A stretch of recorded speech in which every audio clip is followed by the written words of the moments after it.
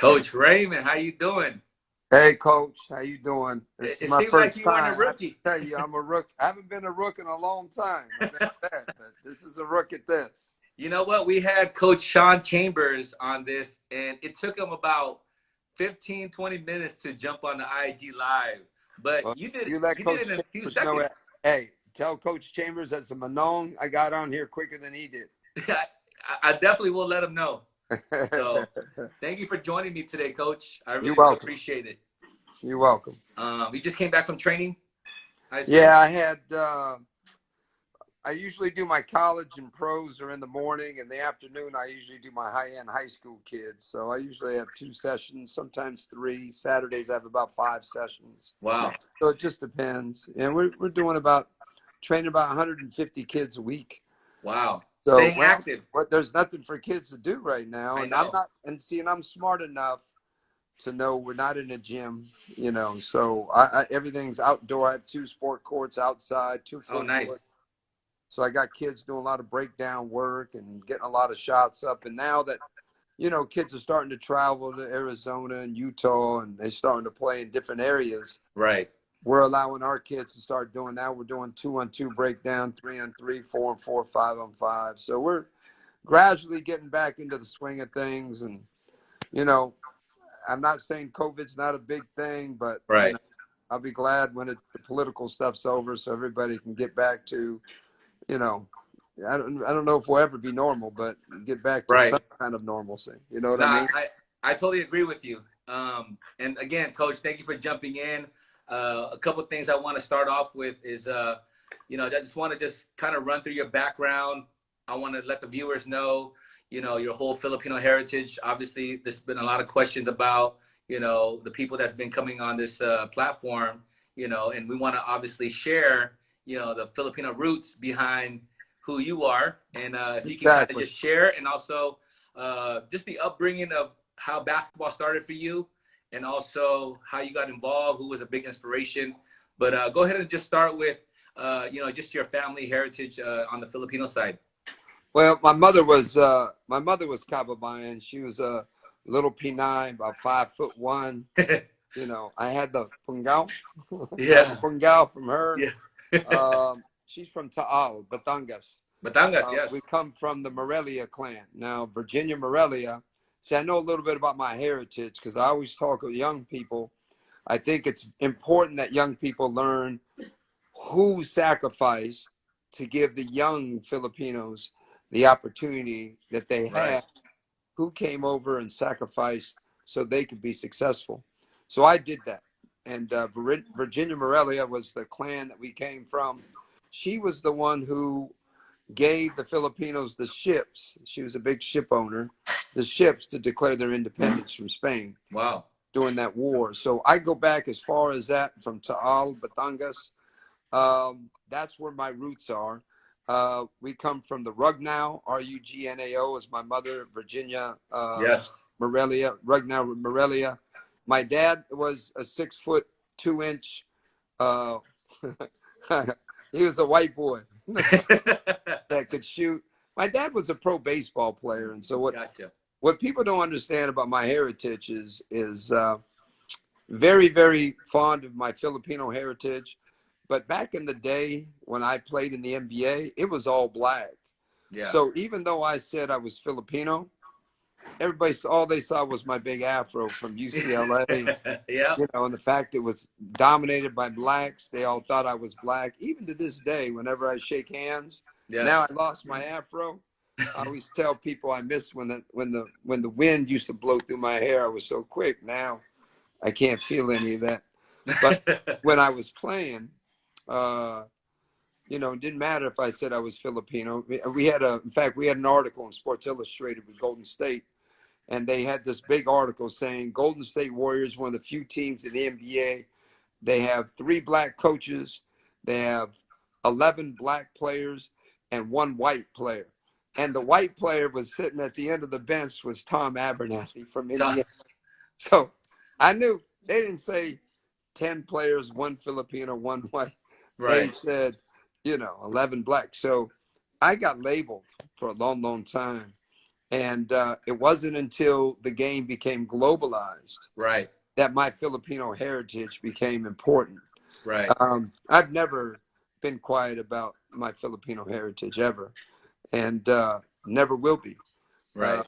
I'm proud of my heritage, and I'm proud that in any way that I carried a torch for many young Filipinos to prove that, guess what? They may say we're not big enough. They may say we're not quick enough. They may say we're not strong enough. They may say we can't get our jumper off. Guess what? I did. Right. Now And you grew up in San Jose, right? I grew up in San Jose, went to a very good high school. Right. Went to a place called Archbishop Mitty. Yes. Um, Powerhouse. very, very important. I think coaching is so important to a player's development. Absolutely. Not everybody was fortunate as I was. I played for a man over there named Dan Fitzgerald. Mm. Now, Dan Fitzgerald, after mid, he went to Santa Clara University, Yes. and then he went to Gonzaga and built Gonzaga to be a top 30. Yep. Well, his assistant during all that time was Mark Few. Mark Hughes. Yep. So Mark Few took it from a top 30 to a top 5. Right. But Coach Fitz kind of put the Gonzaga on the map. And then, Mark is just a wonderful mind. But that's who I grew up under. My father being a pro baseball, I honestly thought I was going to be in a Yankee uniform. So I was an excellent second baseman. And what people don't understand is when I was playing at UCLA, I remember I was meeting with Coach Wooden, and, I let Coach Wooden know I was a pretty good baseball player, even though he Right. gave me a basketball scholarship. And one of my questions was, Coach, if I come to UCLA, can I play baseball? Yeah. And he just kind of got quiet, and he goes, Raymond, haven't been many players ask me that question. He goes, but I'll tell you my answer. He goes, you can play baseball after the Final Four. So the expectation at UCLA is you were going to be in the Final Four year in, year out. So, Right. and I'm very, very grateful and humbled, Coach, that I was part of a legacy Absolutely. of great, great players, IQ, proper way to play, team basketball with All-Americans who were some of the best Yep. players in the world.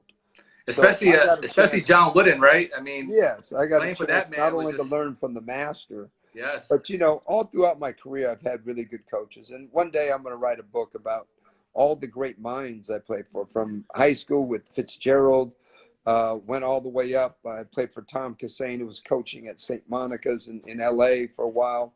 Then I had Coach Wooden. I had Coach Bartow was at Memphis, and then he went to Alabama, Birmingham. And, he at UCLA, he brought in a power game, which is different than Coach Wooden's.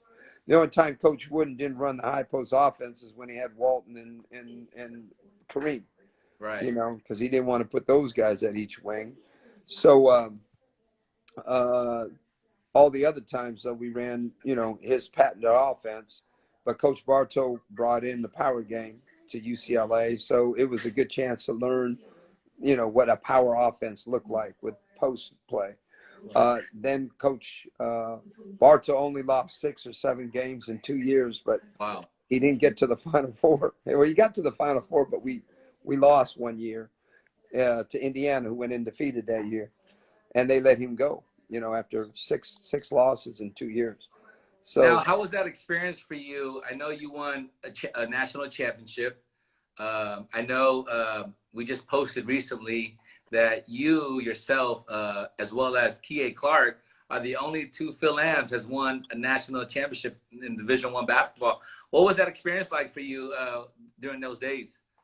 do you know what? I told Kihei, because I had a conversation with him, and I just told him that, not many people get to wear that ring, and just to do that journey. And I said, we probably should have won 3 Right. out of my 4 years, and we only picked up 1. And Indiana went undefeated my second year, and then we got knocked out on a 23-foot hook shot in the last second with the team my junior year. Listen to this: 11 out of the 15 athletes were NBA players. Wow.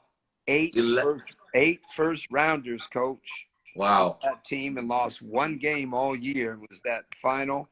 We were at #1 the whole year. We were just loaded. Our practices were so competitive because you had NBA players stepping on the Right. court every day. It was a great experience. I told Key, hey, cherish it because it'll be a forever memory. If you can get another, man, go get another and be that Filipino-American who got two. Because I said we fell short, Right. fell short a couple of times. Now, how was that transition? You had 4 great years. You won a national championship.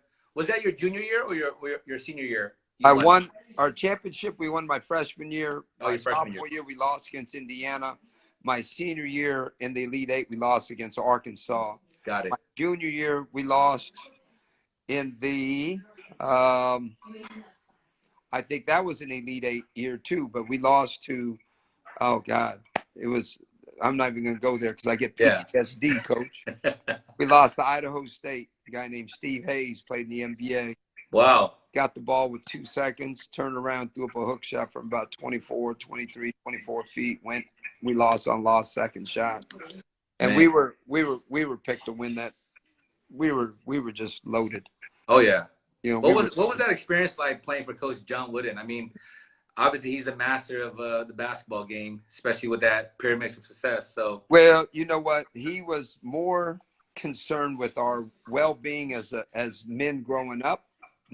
You didn't realize it, but everything he said on the basketball court, even though it related to basketball, it was more so that it related to life, but you didn't know it until you got older. And the things he used to say, be patient, good things take time, be quick, but don't hurry. He wasn't talking, let every day be a masterpiece. The best service is to serve others who cannot ever repay you. I could go down the list because I use these all the time with my players.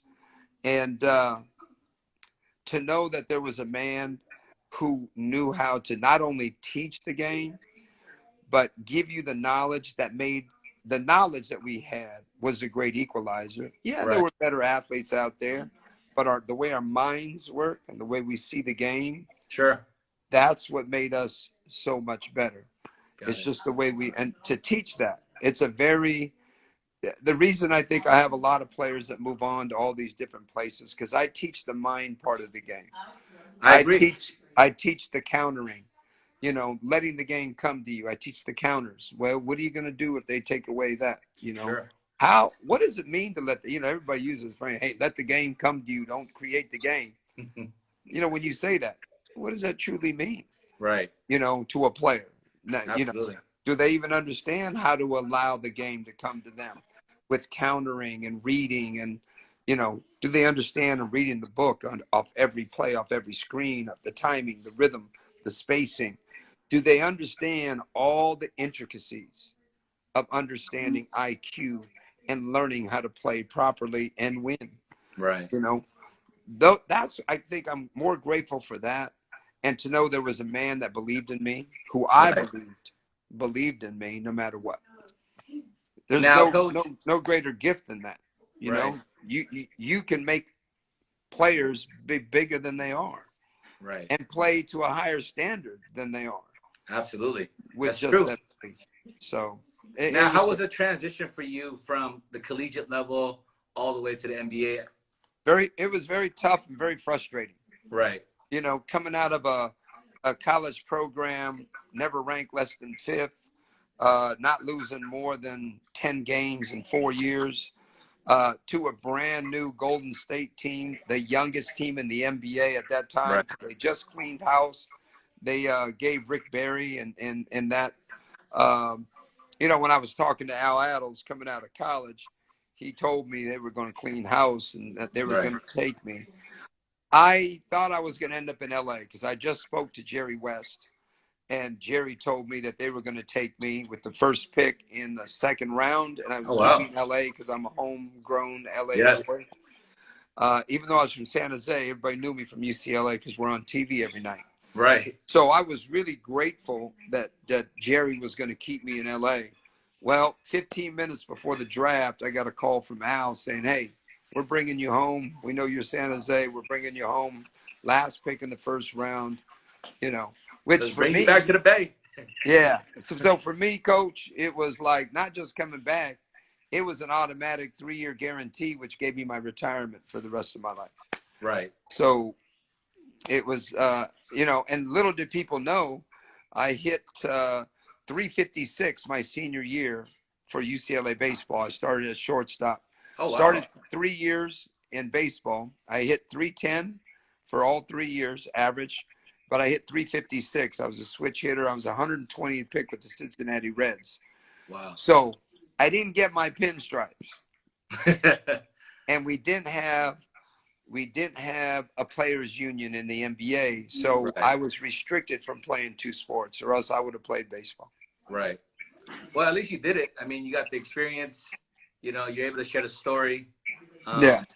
Now, after playing many years in the NBA, what was that life like? Now that you're coaching, was that something that you kind of transitioned? That you said, you know what, I'm going to be a coach? Well, it wasn't that easy. You know, first of all, talking about playing, it's really frustrating as an NBA player when you come out of a program like UCLA. We didn't Right. play very well my first year with Golden State. We were just young, made mistakes. Nobody expected us to win. It was very tough. And it was a lot harder after you're a starter for 3 years at UCLA to come off the bench. Right. And, you know, you got to learn your role. Absolutely. You know, learning that role of being an intricate player, you know, day in and day out, to coming off the bench, learning that some days you're going to get 2 minutes, some days you're going to get 8, some days you're going to get 23. And it wasn't until my second year that I really enjoyed the NBA. See, it wasn't good enough for me just to make the NBA. I just didn't want to, you know, I wanted to play. I wanted to prove to myself I belong with the best players in the world. And as I said, at that time, nobody cared whether I was Filipino or not. It didn't happen until 20, 30 years later, when the game is now globalized and the NBA's all over the world, playing in all these different countries. You know, they've been to the Philippines. NBA's logo is all over the world. Now it was important to find out, well, a Filipino played in the NBA. You know, and then you get into the other parts of, is he really Filipino? Because he's Filipino-American. Right. He's not a natural born Filipino. Sure. And you know my answer to that always? Who cares? What's that? Who cares, right? Who cares? You know and what? It's funny you say that. I was having this conversation. The fact that my mother is Filipino and that I proudly talk about my heritage, I think Filipinos are proud of that, because I have stood up and been outspoken about how good we are as a people. And the heart of a Filipino, what drives us, you know, the family of a Filipino, what drives us. Absolutely. How you can't stop us when we want something. And when we have the desire and the passion inside of the heart of a Filipino, we'll go get it done, you know? So I don't get frustrated with that conversation. I just think we should be proud of any Filipino, whether it's Filipino-American, natural born. Man, let's just be proud of one of our own. Make it. Absolutely.